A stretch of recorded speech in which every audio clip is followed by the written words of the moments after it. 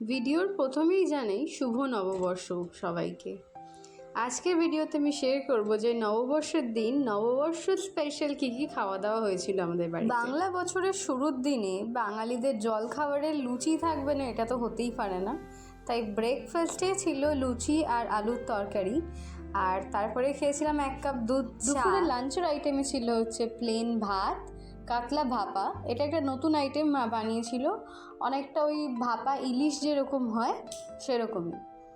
আর ছিল হচ্ছে বাসন্তী পোলাও, সাথে চিকেন কষা, স্যালাড। কাতলা ভাপাটা এত ভালো হয়েছিল খেতে যে মানে আমি কি বলবো, যে ওদিকে চিকেন আর বাসন্তী পোলাওয়ের দিকে তো আমার চোখই যাচ্ছিল না। ভীষণ ভালো হয়েছিল, তোমরা একবার নিশ্চয়ই ট্রাই করে দেখো। ঠিক সেম প্রসেস যেরমভাবে ইলিশ ভাপে করে, ঠিক সেম ওরমভাবেই। বাসন্তী পোলাও আর চিকেন কষাটাও বেশ ভালো হয়েছিল। এর জায়গায় মাটন কষা হলে আরও ভালো হতো, কিন্তু এত গরমের জন্য আমরা খাবার দাবার যতটা সিম্পল রাখা যায় চেষ্টা করেছি সেটাই রাখার। তো চলো আজকে ভিডিওটা এখানেই শেষ করছি, দেখা হবে নেক্সট ভিডিওতে।